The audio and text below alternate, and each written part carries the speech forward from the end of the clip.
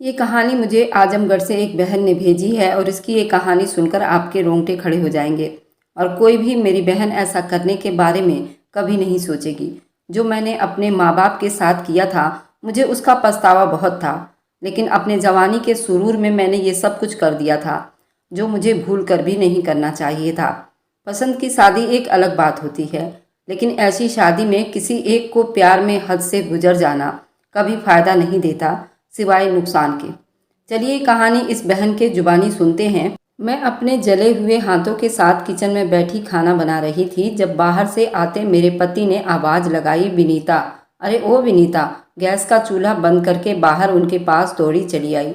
उन्होंने कहा कि जल्दी कमरे में आओ, मुझे तैयारी करनी है। ऑफिस के काम से आज कानपुर जाना है और 2 दिन के बाद लौटूंगा। मैंने जल्दी से उनका बैग उठाया और उसमें 2 सूट कपड़े डालते हुए कहा, खाना खा लो, बस तैयार ही हैं। उन्होंने एक नज़र मेरे ऊपर डाली और बोले, नहीं नहीं, रहने दो। जानता हूँ तुम्हारा प्यार का खाना भी आधा घंटा लगेगा, इससे अच्छा है रास्ते में ही खा लिया करूँगा। मैंने बैग पैक करके रखा और किचन की तरफ जाने ही लगी थी कि पति के लिए कुछ लेकर आऊँ। मैं जानती थी उनसे भूख जरा देर बर्दाश्त नहीं होती है कि सास हाथ में खाने की ट्रे पकड़े मेरे कमरे के दरवाजे पर पहुंची।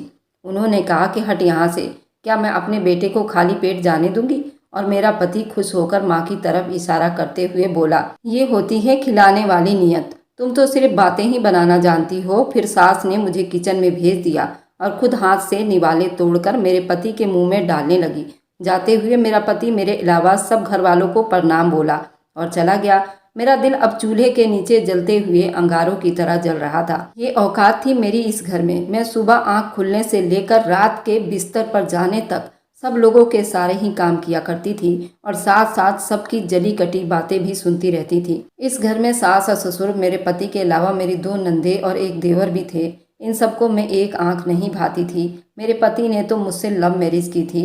वह भी अब अपनी माँ और भाइयों के चढ़ाने में आकर मुझसे रूठे रूठे रहने लगे थे, क्योंकि उन्हें लगता था मैं उनकी उम्मीदों पर पूरा नहीं उतर पा रही, जबकि उनको एक पत्नी के रूप में अपने लिए एक खूबसूरत महबूबा और अपने घर वालों के लिए काम करने वाली मशीन चाहिए थी, जो दोनों ही बनने की मैं भरपूर कोशिश करती रहती थी। और घर के काम वाली बनते बनते मैं अपने पति के महबूबा ना बन सकी और पति के महबूबा बनने के चक्कर में शायद मैं अच्छी माँ नहीं बन पा रही थी। दोनों ही तरफ से मुझे मायूसी नसीब होती थी। आगे पीछे कोई था ही नहीं जो मेरी तरफ से 2 शब्द बोलता। इसलिए मेरे पीठ पीछे जो जो पट्टियाँ मेरी सास मेरे पति को पढ़ा देती, वही उनके लिए सच होता और मेरे सफाई में बोला हुआ हर शब्द अपनी गलतियाँ और सफाइयों को छुपाना था। मेरी सास और नंदों ने आज अपने किसी रिश्तेदार के घर जाने का प्रोग्राम बनाया। क्योंकि मेरे पति घर पर नहीं थे, इसलिए काम से आज कुछ जान छूटी थी। मैंने अपने लिए और ससुर के लिए ही खाना पकाया था। मैं दोनों सुबह होते ही मेरे देवर के साथ निकल गई थी। दोपहर में ससुर को खाना देकर मैं अपने कमरे की तरफ जा रही थी। मेरा सर बहुत बुरी तरह से घूम रहा था। चक्कर खाने की वजह से मैं गिरते गिरते जाकर दरवाजे से टकराई और सर पर चोट लग गई। मेरे सर से खून भी निकल आया तो मेरे ससुर देखकर घबरा गए और जल्दी रिक्शा पकड़कर मुझे हॉस्पिटल लेकर आए। भगवान की बहुत कृपा थी, उस दिन मेरी सास घर पर नहीं थी, वरना उसे मेरी कोई चाल बनाकर वह काम चोरी का इल्ज़ाम मुझ पर लगा देती। हॉस्पिटल में डॉक्टर ने मेरा ब्लड प्रेशर चेक किया और ब्लड का एक टेस्ट लिख कर दे दिया, जिसके लिए उन लोगों ने सैंपल ले लिया। मेरे सर पर नर्स ने पट्टी की तो मैं रिपोर्ट के आने का इंतजार करने लगी। थोड़ी देर के बाद ससुर जी रिपोर्ट लेकर मेरे पास आए और मेरे सर पर हाथ फेरते हुए बोले, बधाई हो बेटी, तुम प्रेग्नेंट हो। मेरे लिए ये बहुत ही खुशी का पल था। मुझसे रहा ना गया। खुशी में वही भगवान के बने मंदिर में बैठकर भगवान से प्रार्थना करने लगी और जल्दी अपने पति आयुष को फ़ोन करके ये खुशखबरी सुनाई। मुझसे भी ज़्यादा खुश हुए थे। उन्होंने मेरी तबीयत का पूछा और सर पर चोट का सुनकर परेशान हो गए। ससुर को भी उन्होंने मुझे ध्यान से घर लेकर जाने को कहा और बोले कि जब तक मैं नहीं आता तुम बिस्तर से नहीं उठना। आयुष को फिर से अपने लिए इतना ख्याल करते देखकर मेरी आंखें खुशी से भर आई थी। उन्होंने कानपुर से मेरे लिए कुछ लाने को पूछा तो मैंने उनसे हाथों से बनी हुई गुंजिया लाने की फरमाइश कर दी। घर पहुंचकर डॉक्टर और आयुष के कहने पर ससुर जी ने मुझे कमरे में जाकर आराम करने के लिए बोला था। मैं अपने कमरे में चली आई, जहां बेड पर लेटते ही मेरी आंख लग गई, क्योंकि कमजोरी बहुत थी और डॉक्टर ने खून की कमी भी बताई थी। मुझ पर काम का बहुत ज़्यादा प्रेशर था, इस वजह से दिन में सोने का टाइम कभी नहीं मिलता था। आज घर में लोग और शोर कम ही था, इसलिए मैं आराम से सो गई थी। शाम तक मैं दवाइयों के असर में सोती रही। सास घर लौटी तो मेरी आंख उनके मचाए हुए शोर पर खुल गई थी। घर में रात के लिए खाना नहीं पका हुआ था और वे लोग रात का खाना वहां से खाकर नहीं आए थे। ससुर ने उन्हें मेरी तबीयत का बताया तो वह आग बबूला हो गई थी और दहाड़ते हुए मेरे कमरे में घुस आई थी। उनका गुस्सा बहुत तेज था, इसलिए डरकर मैं उठकर बैठ गई और उनके कहने पर किचन में आ गई थी। उन्हें मेरे सर पर लगी पट्टी से कोई परवाह नहीं था। कम से कम मुझसे पूछ तो लेती कि क्या हुआ है। मैं कांपते हाथों से सबके लिए रोटियां और सब्जी बनाई। सब लोग खाकर सोने के लिए चले गए थे। मुझे रात को बहुत तेज बुखार चढ़ा और खून की कमी की वजह से सांस भी फूल रही थी। मुझे नींद नहीं आई और कमरे में घबराहट हुई। मैं आंगन में पड़े चारपाई पर लेट गई थी। मुझे बड़ी बेसब्री से अपने पति का घर लौटने का इंतजार था। एक तो मेरी तबीयत खराब थी और दूसरा उन्होंने बड़े टाइम बाद मुझसे 2 बोल प्यार के बोले थे। उन्हें याद करके मेरी आंखें भर आई थी और बीता हुआ कल मेरी आंखों के सामने घूमने लगा था। जब मैं आयुष से पहली बार मिली थी तब वो मुझे देखकर किस तरह बेचैन हो गया था। हम दोनों ने एक दूसरे को एक शादी के फंक्शन में देखा था। वह शादी मेरे एक दोस्त के भाई की थी, जहां आयुष भी अपने दोस्तों के साथ आए हुए थे। उस शादी में हम दोनों के परिवार से कोई शामिल नहीं था, क्योंकि वह रिश्तेदारों की शादी नहीं थी। मैं अपनी दोस्त के साथ बारात में आई थी और आयुष भी अपने दोस्त की तरफ से लड़की वालों के घर के काम काज में शामिल था। खाने की मेज से मेरे कपड़ों पर गलती से कोल्ड ड्रिंक गिर गई तो मैं उसे साफ करने एक कोने में खड़ी थी, जहां से गुजरते हुए आयुष ने मुझे देखा और पूछा कि आपको कुछ मदद चाहिए। मैंने बताया कि मेरे कपड़े पर कोल्ड ड्रिंक गिरने से गीले हो गए हैं। उसने मुझे टिश्यू पेपर लाकर दिए और मैंने अपने कपड़े साफ कर लिए। मैंने उसका धन्यवाद किया और जाकर वापस अपनी कुर्सी पर बैठ गई। उसके बाद बराबर नोट कर रही थी कि आयुष कभी दूर कभी पास खड़े होकर सिर्फ मुझे ही देख रहे थे। उनके यूं देखने पर मेरा भी ध्यान बार बार उनकी तरफ जा रहा था और यूं नज़रों ही नज़रों में हम दोनों ने एक दूसरे की पसंद को भांप लिया था। उस वक्त तक तो हम दोनों में एक दूसरे का नाम तक भी नहीं जान पाए थे और ना ही हम दोनों एक दूसरे को जानते थे। ये सिर्फ और सिर्फ नज़रों का एक टकराव था। उसके बाद शादी का फंक्शन खत्म हुआ। हम सब अपने अपने घर चले गए, क्योंकि हम दूसरे शहर से बारात लेकर यहाँ आए थे। इसलिए आयुष को मेरा अता पता तक मालूम नहीं था। वापसी के टाइम मुझे भीड़ में सिर्फ आयुष नजर आया। शायद वो मुझे ही तक रहा था, जबकि मेरा बहुत दिल था कि मैं एक बार उसका नाम ही पूछ लेती, लेकिन ये ना हो सका और हम लोग वापसी के लिए चल पड़े। दूल्हे के घर पहुंचकर एक बड़ा फंक्शन था और वहां सारा दिन मैं अपनी दोस्त के घर ही रही। उसकी भाभी बहुत ही प्यारी थी। मुझे लगा कि शायद आयुष उनका कोई रिश्तेदार ही होगा। मैं कई दिन तक इस कोशिश में रही कि अपनी दोस्त की भाभी से उस लड़के के बारे में कुछ पूछ सकूं, लेकिन ये मुझसे ना हो सका और आखिरकार मैंने उससे फिर मिलने की उम्मीद छोड़ दी। इस बात को 2.5 महीने बीत चुके थे। मैं अपने घर की सबसे बड़ी बेटी थी और हमारा कोई भी भाई नहीं था। मेरे बाद मेरी 4 बहनें और थी। हम 5 बहनें थी, क्योंकि अब मैं जवान और शादी के लायक हो चुकी थी। इसलिए माँ बाप को मेरे लिए रिश्ते खोजने की फिक्र लगी हुई थी। मेरा बहुत दिल था, अगर वे लड़का मुझे कहीं मिल जाता जिसे मैंने अपने दोस्त के भाई की शादी में देखा था, तो शायद मैं उससे शादी करती। लेकिन मैं उसके बारे में कुछ जानती तक ना थी, इसलिए घर वालों को शादी के लिए मना नहीं कर सकती थी। मेरे घर वालों ने कोशिश की तो जल्दी मेरे लिए एक रिश्ता आ गया और यहाँ मना करने का तो कोई सवाल ही पैदा नहीं होता था। इसलिए चुपचाप मैं इस रिश्ते पर राजी हो गई थी और मेरे मम्मी पापा ने तो मेरी मर्जी भी नहीं पूछी। लेकिन मैंने फैसला उन्हीं पर छोड़ा था और इस आने वाले रिश्ते पर मैंने कोई खास ध्यान नहीं दिया था और ना ही लड़के को ध्यान से देखा था। मेरे सपनों में बस वही लड़का फिर रहा था जिसको मैं उस दिन देख कर आई थी, लेकिन उससे मिलने की उम्मीद नहीं थी। इसलिए मैंने चुप्पी साध ली थी। रिश्ता तय होने के बाद मेरी मंगनी की रस्म भी होने वाली थी, लेकिन मेरे दिल में ना कोई खुशी थी, ना इस रिश्ते में दिलचस्पी थी। मैं एक अनजान इंसान को याद करके उसकी मोहब्बत में गिरफ्तार हो चुकी थी, जिसने मुझसे ज्यादा बात तक भी नहीं की थी। लेकिन उसकी नज़रों की ताक मुझे अभी भी 3 महीने बीतने के बाद भी वैसे की वैसे याद थी। उसने किस तरह मोहब्बत से मुझे देखा था और फिर पूरी ही शादी में वो मुझे देखता ही रहा था। मेरी मंगनी होने पर मेरी वही सहेली आई थी जिसके भाई की शादी में मैंने उस लड़के को देखा था। मेरी मंगनी हुई तो दूल्हे ने मेरे हाथ में अंगूठी पहना दी। वे लोग रस्म करके वापस चले गए तो मैं अपनी बहनों और सहेलियों के साथ कमरे में आ गई थी। सब लड़कियां मेरे आसपास बैठी दूल्हा और रिश्तेदारों की बातें कर रही थी। जब मेरी उस दोस्त ने बताया यार, मेरे भाई की शादी में एक लड़का आया था जो भाभी के भाई का दोस्त था।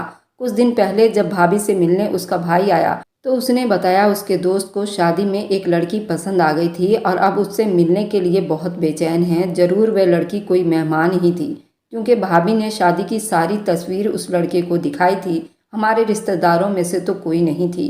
तो उसकी बात सुनकर मेरे कान खुले के खुले रह गए थे।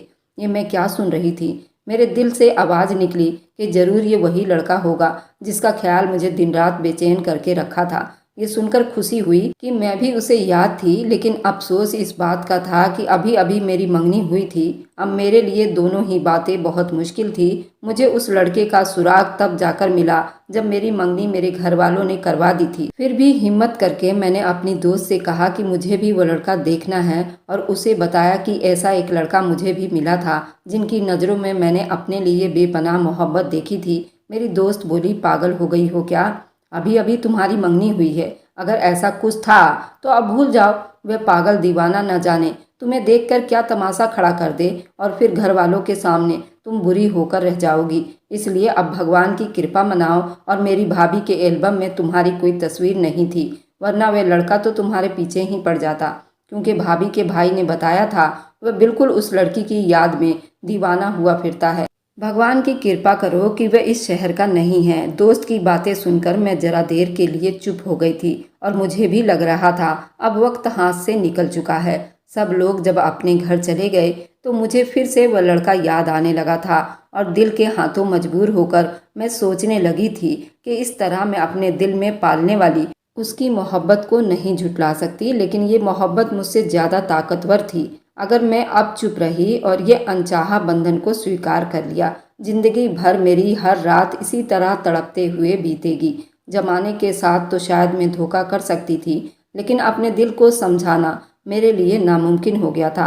अब मुझसे रहा नहीं जा रहा था। मेरे दिल में उसे देखने की तड़प पैदा हो रही थी और उसे याद करके पिछले 3 महीने से परेशान थी। अब उसका पता मिल जाने के बाद कैसे इस बात को हजम कर सकती थी। मुझे अपनी सहेली के बाद मेरी बहनों ने भी बहुत समझाया था कि अब तुम्हारी मंगनी हो गई है, अब कुछ नहीं हो सकता। लेकिन मैं ही जानती थी कि मेरा दिल ही जानता था अभी मैं उसे हासिल कर सकती हूँ। इसलिए मंगनी के अगले ही दिन मैं अपने दोस्त के घर चली आई थी कि मैं उसकी भाभी से मिलकर उस लड़के का कुछ अता पता कर सकूं। वहां पहुंची तो मेरी दोस्त मुझे देखकर परेशान हो गई थी। वह अपनी तरफ से मुझे समझाने की 1000 कोशिश कर रही थी कि मैं इस बात को दबा दूं कि मैं वह लड़की हूं। उसके बारे में भाभी से उसके भाई ने बात की थी। वह अपने दोस्त के लिए मेरी तलाश में था, लेकिन मैंने भी अपनी सहेली की एक ना मानी और उसकी भाभी के कमरे में चली आई। उस वक्त अपने कमरे में अकेले ही मौजूद थी, इसलिए मुझे उनसे बात करने में ज़्यादा परेशानी का सामना नहीं हुआ था। मैंने पहले भाभी के पैर छुए, उसके बाद उनसे कहा कि भाभी, मैंने अनन्या से सुना कि आपकी शादी में आपके भाई के दोस्त को एक लड़की पसंद आ गई थी जिसकी अब भी उसको तलाश है। तब उसकी भाभी ने कहा, हाँ विनीता, आयुष भाई बिल्कुल मेरे भाई जैसे हैं। उनको जो लड़की पसंद आई थी वह अगर मिल जाए तो मुझे बहुत खुशी होगी। लेकिन मैंने बहुत कोशिश कर ली। आयुष भाई को मेरी शादी की तस्वीर में मौजूद कोई भी पसंद नहीं आई। उनका कहना है वह लड़की कोई और थी। मैंने उनसे कहा कि भाभी, आपकी शादी में मैं भी आई थी और मुझे शादी में एक लड़के की नज़रों में अपने लिए बेपनाह मोहब्बत नजर आई थी। जब से आपकी शादी से लौटी हूँ 3 महीने बीत गए हैं, एक पल के लिए भी उसे नहीं भूल सकी हूँ। हो सकता है वह लड़का वही है जो मुझे पसंद आया था। तब भाभी ने जल्दी से अपना मोबाइल खोला और उसकी तस्वीर दिखाई। पूछा, क्या ये वही लड़का है? मैंने जैसे ही आयुष की तस्वीर देखी तो मेरे बेचैन दिल को जैसे सुकून मिल गया हो। मैंने कहा, हाँ भाभी, यही लड़का है। उसकी भाभी ने कुछ सोचते हुए मेरे हाथ से मोबाइल ले लिया और बोली, विनीता, तुम्हारी तो कल ही मंगनी हुई है। मैंने कहा, हाँ, मगर मैंने दिल में सिर्फ आयुष को स्वीकार किया है। अब मेरे दिल में किसी और के लिए जगह नहीं है। जबकि मैंने सुना है आयुष को भी कई दिनों से मेरी तलाश है, तो मैं उसके लिए कोई भी रिश्ता कुर्बान करने के लिए तैयार हूँ। इतने में मेरी सहेली अनन्या भी अपनी भाभी के कमरे में आ गई थी। वह दोनों मिलकर मुझे समझाने लगी कि एक लड़की के लिए रिश्ता तोड़ना इतनी आसान बात नहीं होती। तुम्हें समझदारी से काम लेना चाहिए, क्योंकि आयुष को अब तक तुम्हारा पता नहीं चल पाया है। इसलिए तुम भी इस बात को भूल जाओ और अपने घर वालों के बारे में सोचो। तुम्हारे माँ बाप को 4 बेटियों के फर्ज भी अदा करने हैं। इसलिए अगर तुमने अभी से मंगनी तोड़ दी तो आगे उनके रिश्ते भी नहीं हो पाएंगे। लेकिन मैं दिल के हाथों मजबूर हो चुकी थी। मेरी आंखों पर आयुष के प्यार की पट्टी ऐसे बंधी थी। मैं एक बार आयुष से मिलकर अपनी मोहब्बत का इजहार करना चाहती थी। इसलिए मैंने भाभी और अनन्या की कोई बात नहीं मानी और मैं भाभी की विनतियां करने लगी, एक बार मुझे आयुष से मिलवा दो। मेरे जिद को देखकर उसने अपने भाई को कॉल की और बताया कि वह लड़की मिल गई जिसकी आयुष भाई को तलाश थी। वे दोनों उसी दिन अनन्या के घर के लिए निकल दिए थे और शाम तक अनन्या के घर पहुंच चुके थे।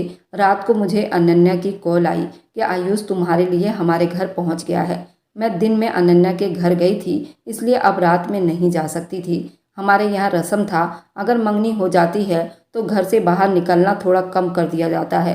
लेकिन मेरे दिल को ये सुनकर बिल्कुल सब्र नहीं हो पा रहा था कि आयुष आया है और मैं उससे ना मिल सकूं। इसलिए पूरी रात जागकर मैंने आंखों में गुजार दी थी। अगले दिन मेरी खुशकिस्मती की सुबह सुबह ही मेरी माँ घर की खरीदारी के लिए बाहर जाना पड़ा था और मैं मौका पाकर अनन्या के घर की तरफ निकल पड़ी। छोटी बहनों ने मुझे जाने से मना किया, लेकिन मैं ना रुकी और मेरी माँ के आने से पहले लौटने का कहकर मैं चली आई थी। अनन्या की भाभी की जैसे ही मुझ पर नज़र पड़ी तो वह जल्दी आयुष को बुलाकर लाई। हम दोनों की नज़रें जैसे ही टकराई तो दिल को एक अजीब सा सुकून महसूस हुआ था।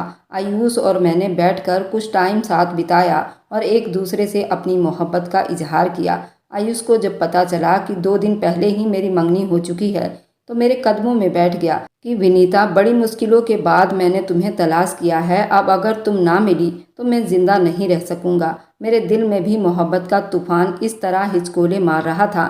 मैंने कहा, आयुष, तुम्हारे बिना मैं भी नहीं रह सकती, इसलिए मैं अपनी पूरी कोशिश करूंगी मैं इस मंगनी को तोड़कर तुम्हारे साथ रिश्ता जोड़ सकूं। हम दोनों ने जिंदगी भर साथ निभाने का वादा किया और फिर मैं अपने घर चली आई। घर पहुंचकर मैंने देखा कि माँ बाजार से लौट आई थी और मेरे सुबह सुबह ही घर से निकलने पर बहुत गुस्सा हो रही थी।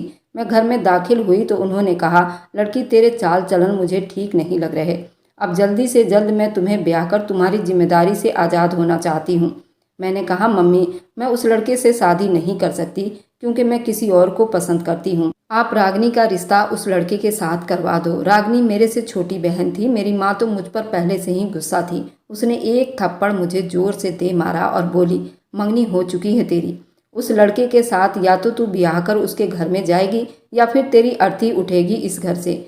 ये क्या कोई खाने पीने की चीज़ है या कपड़े लत्ते हैं, जब चाहे तुम उसे बदल लो। ये एक पवित्र रिश्ता है जिसमें तुम बंधने जा रही हो। ये कोई चीज़ नहीं जो मैं तेरी जगह रागिनी को पेश कर दूं।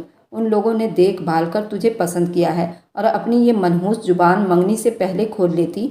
अब कुछ नहीं हो सकता। मेरी माँ ने गुस्से में आकर उसी दिन मेरी होने वाली सास को ये खबर भिजवा दी कि शादी की तारीख पक्की कर दी जाए। मैंने अपनी माँ की बहुत विनतियाँ करती रही। अपनी माँ के साथ पापा ने भी मेरी एक न मानी और बालों से पकड़कर मुझे कमरे में बंद कर दिया। मेरी माँ ने मुझे बहुत मारा और अपना फैसला साफ साफ सुना दिया कि 1 हफ्ते में ही तुझे इस घर से विदा कर दूंगी। मैंने आयुष को पा लेने का फैसला कर लिया था, इसलिए एक दिन रात को अपने साथ 2 जोड़े कपड़े लेकर घर से निकल पड़ी और सीधा आयुष के शहर का रास्ता पकड़ लिया। मैं जो कभी घर से नहीं निकली थी, आज इतनी हिम्मत बढ़ गई थी कि दूसरे शहर तक का सफ़र अकेले तय कर लिया था। आयुष से जब से मिली थी उसने अपने बारे में सब कुछ मुझे बता दिया था। मेरे पास उसका फ़ोन नंबर, एड्रेस सब कुछ था, इसलिए मुझे जाने में ज़्यादा परेशानी का सामना नहीं करना पड़ा था। अगले दिन मैं आयुष के घर के दरवाजे पर थी। यह भी सुबह का वक्त था। जब मैंने उन लोगों के घर का दरवाज़ा खटखटाया तो आयुष के पापा ने आकर दरवाज़ा खोला था और मुझे सामने देखकर वे हक्के बक्के रह गए थे, क्योंकि इससे पहले उन्होंने मुझे कभी देखा ही नहीं था। उन्होंने जब पूछा किससे मिलना है तो मैंने जब आयुष का नाम लिया तो वे जोर से बोले, आयुष से क्यों मिलना है। इतने में आयुष की माँ के कानों तक भी ये आवाज़ पहुँच चुकी थी, क्योंकि वह भी करीब रखे चारपाई पर बैठी हुई थी, जो जल्दी से उठकर दरवाजे पर आ गई थी और मुझे देखकर वहीं से लौट जाने का कहने लगी। पहले तो उन लोगों ने ये मानने से भी मना कर दिया था कि यहाँ कोई आयुष नाम का लड़का नहीं रहता, लेकिन मैं जो अपना घर बार छोड़कर आई थी और फिर यहाँ से वापस कहाँ जाती, ढीठ बनी वहीं दरवाजे पर खड़ी रही। इतने में पूछताछ और शोर के बाद आयुष का छोटा भाई आयुष को बुलाकर लाया। जब आयुष को पता चला उससे मिलने दरवाजे पर कोई लड़की आई है तो उसे यकीन हो गया ये मैं ही हूँ। वह उस वक्त नींद की हालत में अपने कमरे में सोया हुआ था और मेरा नाम सुनते ही बहुत परेशान होते नंगे पैर ही दरवाजे पर आ पहुंचा था, जहां उसकी माँ खड़ी मुझसे अभी तक लड़ाई झगड़ा कर रही थी। हमारे गले में कोई मुसीबत डालने की ज़रूरत नहीं, अभी वापसी का रास्ता पकड़ लो। लेकिन आयुष ने आकर सारा मामला शांत किया और कहा कि मैं इस लड़की से प्यार करता हूँ और ये मेरे लिए यहाँ आई है, तो अब मैं इसे वापस नहीं भेज सकता। इसके माँ बाप उस पर बहुत गुस्सा कर रहे थे। ये कैसी मुसीबत तुम हमारे ऊपर डाल रहे हो? अगर पीछे से इसके घर वालों ने कोई बड़ा कदम उठा लिया तो फिर क्या करेंगे? आयुष ने कहा, मैं इसका खुद जिम्मेदार होऊंगा। मैं तुम्हारे ऊपर कोई आंच नहीं आने दूंगा और ना ही इस लड़की को वापस जाने दूंगा। आप लोगों को परेशान होने की ज़रूरत नहीं पड़ेगी। वो मेरा हाथ पकड़कर मुझे अंदर लेकर आया। हम दोनों आंगन में सबके बीच बैठे थे और उसके माँ बाप मुझे खा जाने वाली नज़रों से घूर रहे थे। आयुष अगर जरा देर के लिए भी इधर उधर जाता तो वो मुझे कहती, अभी निकल जाओ वरना ज़िंदगी भर पछताओगी। लेकिन मेरे ऊपर भी आयुष के मोहब्बत का भूत सवार था। मैं यहाँ से कहीं नहीं जाने वाली थी और अब तो आयुष का साथ भी मिल गया था। मेरी ताकत और बढ़ गई थी। मैंने अपनी माँ की नहीं सुनी थी तो सास की कहाँ से सुनती। इसलिए मैं आयुष के साथ बहुत खुश थी। अब यहाँ रहते हुए मुझे पूरे 1 हफ्ते बीत गए थे, लेकिन आयुष के माँ बाप उसकी शादी मेरे साथ करने के लिए तैयार नहीं थे। उन्हें लगता था कि मेरे घर वाले अगर इस बात को लेकर कोई बड़ा कदम उठाएंगे तो मुसीबत गले पड़ जाएगी। इससे अभी शादी करना खतरे से खाली नहीं होगा। लेकिन 1 हफ्ता बड़े आराम से बीत गया था। मैंने अपनी सहेली अनन्या से बात की तो पता चला कि मेरी छोटी बहन रागनी की शादी मेरे मंगेतर से कर दी गई थी और मेरे घर वालों ने मुझे मुर्दा साबित कर दिया था कि विनीता अब हमारे लिए मर चुकी है। जिस लड़की ने अपने माँ बाप की इज्जत को नीलाम कर दिया उससे हमारा कोई रिश्ता नहीं। मैं आयुष को ये बात बताई और फिर हम दोनों ने कोर्ट में जाकर शादी कर ली। अब मैं आयुष की पत्नी बन गई थी, इसलिए मुझे यहाँ से निकल जाने का कोई डर नहीं था। हमारी शादी के शुरू के दिन थे। जिंदगी बहुत सुहानी लगने लगी थी। आयुष की तरह से मोहब्बत मुझे पूरा मिल रहा था। अब मेरे पाँव जमीन पर नहीं थे। किस तरह मैंने अपनी मोहब्बत को पा लिया था, मैंने कभी सोचा भी नहीं था। जिंदगी में इतना मोहब्बत करने वाला पति मुझे मिल जाएगा। आयुष के लिए मेरी कही गई हर बात अहमियत रखती थी। मेरे मुंह से जो शब्द निकलता था वह उसे पूरा करना अपना आखिरी मकसद समझ लेता था। उन दिनों आयुष की कोई नौकरी नहीं थी। वह अपने माँ बाप से अपना खर्च लिया करता था। उनके घर की समस्या भी ज़्यादा ठीक नहीं था। मेरा ससुर एक रेलवे में काम करता था, जिसके आने वाली पेंशन से बस घर का राशन ही पूरा होता था। अब तो आयुष भी शादीशुदा हो चुका था। वह अपनी तरफ से भी छोटी मोटी काम कर लिया करता था और मेरे लिए कभी खाने की तो कभी पहनने के लिए चीज़ें लेकर आता था, जो देखकर उसकी माँ और बहन मुझसे बहुत जल्दी किलस जाती थी और कहती थी, आयुष को तो उसने अपना गुलाम बना लिया है। आयुष वैसे तो अच्छा पढ़ा लिखा लड़का था, लेकिन नौकरी मिलना इतनी आसान बात नहीं थी, इसलिए वह कोशिश में लगा हुआ था। घर वालों ने मुझसे शादी के बाद उसे बिल्कुल पराया कर दिया था, क्योंकि हम दोनों को एक साथ कोई नहीं देख सकता था। बस मेरे ससुर थे जो थोड़ा बहुत मुझसे भी कभी कभार बातचीत कर लिया करते थे और आयुष को अपनी तरफ से जेब खर्च भी दे दिया करते थे। एक दिन मैं कमरे में झाड़ू पोछा कर रही थी। आयुष ऑफिस से थोड़ी देर पहले ही घर लौटे थे। उनके हाथ में मिठाई का एक डिब्बा था और अक्सर मेरे लिए कुछ न कुछ लेकर ही आते थे। लेकिन मिठाई देखकर मुझे हैरानी हुई। फिर उन्होंने मिठाई मुझे खिलाते हुए कहा कि विनीता, तुम्हारे पैर इस घर में बहुत अच्छे साबित हुए। देखा, मेरी नौकरी लग गई। अब मैं जिंदगी भर तुम्हें बहुत खुश रखूंगा। अभी उन्होंने यही कहा था कि उनकी बहन दौड़कर उनके हाथ से मिठाई का डब्बा खींच लिया और माँ के पास लेकर गई। ये देखो, भाई को बड़ी नौकरी मिली, अब तो हमारे घर की समस्याएं खत्म हो जाएगी। वही दिन था जब मेरी सास और नंदे मेरे पति को मुझसे दूर करने में कोई कसर नहीं छोड़ती थी। उस दिन से उसकी माँ ने मेरे पति का प्यार लूटना शुरू कर दिया था। जो पहले हमारी शादी होने की वजह से अपने बेटे से सीधे मुंह तक बात नहीं करती थी, अब वह उन पर बारी बारी जाने लगी। यहाँ तक कि मेरे पति जब शाम को ऑफिस से घर लौटते तो उसे मेरे कमरे तक आने का मौका नहीं मिलता था और उसकी माँ बहन उसे सीधा अपने साथ ले जाती। वह उनके पास खाता पीता बातें करता। वह इस तरह मेरे पति को अपने आप में बिजी रखती थी कि मैं उसे याद ही ना होती।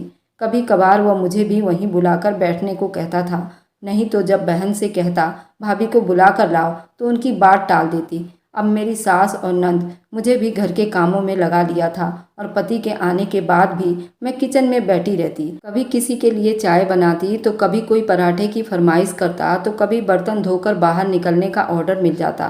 पति पर भी अब काम का बोझ ज़्यादा था। ऑफिस से आते खाना खाते ही उन्हें नींद आ जाती। कई बार वह शिकायतें करता कि तुम मेरे पास नहीं आती हो, अब दूर दूर रहती हो। फिर मैं काम में बिजी बताती तो कहता चलो अच्छा है, अब मेरी माँ भी तुमसे खुश है, कभी उसे शिकायत का मौका ना देना। और यूं मैं बस घर के जिम्मेदारियों में ही फंसती चली गई थी। रात देर तक यही सब अपने बीते हुए दिन के बारे में सोचते सोचते न जाने कब मेरी आंख लग चुकी थी। सुबह घर में सबसे पहले चूड़ियों की आवाज़ से मेरी आंख खुली तो अभी तक मेरा जिस्म बुखार से तप रहा था। मुझे बुखार की वजह से सर्दी लगने लगी थी, इसलिए मैं उठकर अपने कमरे में चली आई, जहां बिस्तर पर थोड़ा सुकून महसूस होने लगा और मैं चादर ओढ़कर फिर से सो गई।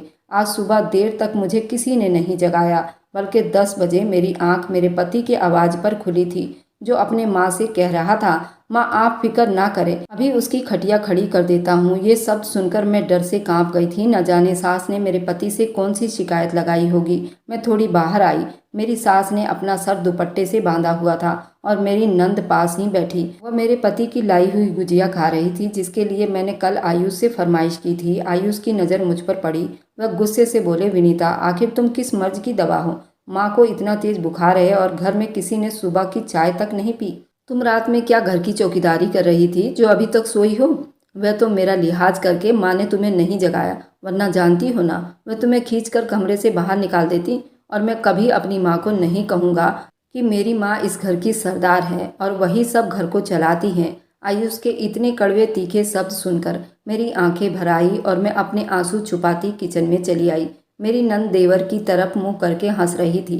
कैसे उन लोगों ने सुबह सुबह मुझे डांट पड़वाई थी। मुझे आयुष पर बहुत आश्चर्य हुआ था। वह कल तक तो फोन पर कितनी मोहब्बत से बात कर रहा था और आज उसे क्या हो गया था? वह जो मुझे डांट मारने पर उतर आया था। मैं सुबह का नाश्ता बनाने के टाइम आटा गूंद रही थी जब मैंने देखा कि ससुर जी मेरे कमरे की तरफ जा रहे थे। फिर उन्होंने न जाने आयुष से ऐसा क्या कह दिया। आयुष जल्दी से मेरे पास किचन में चले आए थे और सामने रखी चारपाई पर बैठकर उन्होंने मेरा झुका हुआ चेहरा अपने हाथ से ऊपर उठाते हुए कहा था, विनीता तुम्हारा बहुत बहुत धन्यवाद, तुमने मुझे बहुत बड़ी खुशी दी है। तभी मेरी आंखों से आंसू झलक पड़े थे। जब उन्होंने अपने हाथों से मेरे आंसू साफ किए तो उन्हें मेरे बुखार की तपिश महसूस हुई। उन्होंने जल्दी मुझे आटा वहीं छोड़कर उठने को कहा और अपनी बहन को बुलाकर रोटियां पकाने को बोला। वह गुस्से से मुझे घूरने लगी और आयुष मुझे लेकर बाहर आया। उसने मुझे चारपाई पर बिठाया और फ्रिज से ठंडे पानी की बोतल निकालकर मुझे पानी पिलाया। आज नाश्ता भी उसने मेरे साथ ही किया और फिर मुझे डॉक्टर के पास लेकर आया। डॉक्टर ने उसे मेरा बहुत ज़्यादा ख्याल रखने के लिए समझाया। आयुष अब मेरा ख्याल पहले की तरह रखने लगा था, जो उसकी माँ और बहन को एक आंख नहीं भाता था। फिर भी आयुष के आगे मेरे खिलाफ बोलने की उनकी हिम्मत नहीं होती थी, क्योंकि आयुष अपने आने वाले बच्चे को लेकर बहुत ही ज़्यादा खुश था। वह इसलिए मेरा भी ख्याल रख रहा था। मेरे प्रेगनेंसी को 3-4 महीने बीत चुके थे। 5वें महीने में डॉक्टर ने मुझे अल्ट्रासाउंड के लिए लिखा था। उस दिन मैं सुबह से ही तैयार हो रही थी। आज मुझे अल्ट्रासाउंड के लिए जाना है। मैंने पति को फ़ोन करके जल्दी आने को कहा था। मेरी सास, जो मेरी प्रेगनेंसी को शुरू दिन से ही मुझसे बैर पाल कर बैठी थी, आयुष के घर आते ही सास भी चादर ओढ़कर आ गई कि मैं भी साथ चलूंगी। वो बोली, देख लेना आयुष बेटे, अगर इस औरत ने बेटी पैदा कर दी तो वह भी इसी औरत जैसी निकलेगी, जिसने अपनी माँ बाप की इज्जत का ख्याल नहीं किया। हमें ऐसी बेटियां नहीं चाहिए। एक दिन तेरी बेटी भी तेरा सर शर्म से नीचा कर देगी।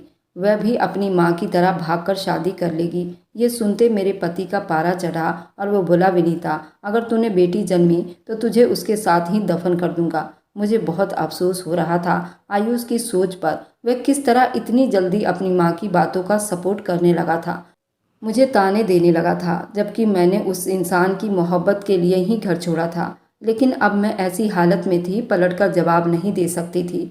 मेरी तबीयत अब बिगड़ने लगी थी। मेरी सास हर बार की तरह इस बार भी आयुष को मेरे खिलाफ भड़काने में कामयाब हो गई थी। जब अल्ट्रासाउंड हुआ तो डॉक्टर ने मेरे पति आयुष के सामने ही मेरे गर्भ में बेटी बताई थी।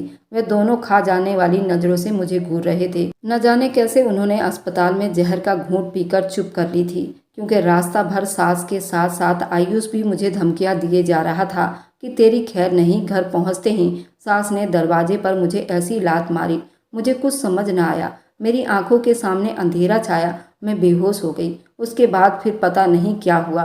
वे लोग कब मुझे अस्पताल लेकर गए और मैं कितनी देर बेहोश रही। लेकिन जब होश आया, एक बहुत बड़ा चमत्कार मैंने अपनी आंखों से देखा कि अस्पताल में मेरे सर के पास मेरी माँ बैठी थी, जो मेरे सर पर बहुत प्यार कर रही थी। मैंने होश संभाल कर देखा, सारे ही घर वाले मेरे आसपास मौजूद थे। मेरी सास ने आगे बढ़कर मुझसे माफ़ी मांगी। आयुष ने तो मेरे पाँव तक पकड़ लिए कि मुझे माफ़ कर दो। मेरी माँ ने मेरा माथा चूमा और भगवान का बहुत धन्यवाद कर रही थी कि मैं बच गई थी। फिर आयुष ने बताया, मेरे पेट में लगने वाले चोट के बाद मेरा बच्चा मर गया था और डॉक्टर ने मेरे बचने की उम्मीद नहीं बताई थी। इसलिए मेरे ससुराल वालों ने मेरे मायके में खबर भिजवाया था। लेकिन मेरी माँ ने मेरे पास बैठकर मेरी ज़िंदगी के लिए इतनी प्रार्थनाएं कर डाली थी कि मैं मौत के मुंह से वापस आ गई थी। फिर मैंने भी भगवान का बहुत धन्यवाद किया। शायद मेरे बच्चे की कुर्बानी की वजह से ही आज मेरी माँ मुझसे मिल गई और मेरा पति वापस मुझे मिल गया। अगर आपको आज की कहानी पसंद आई है तो वीडियो को ज़रूर लाइक कीजिएगा और अपने दोस्त के साथ शेयर भी कीजिएगा। और हाँ, अगर आपने अभी तक हमारे चैनल को सब्सक्राइब नहीं किया है तो ज़रूर सब्सक्राइब कर लें। मिलते हैं हम अपनी कल की एक और नई दिलचस्प कहानी के साथ। मुझ पर सदा अपना प्यार और स्नेह बनाए रखें। सभी को मेरा प्यार भरा नमस्कार दोस्तों।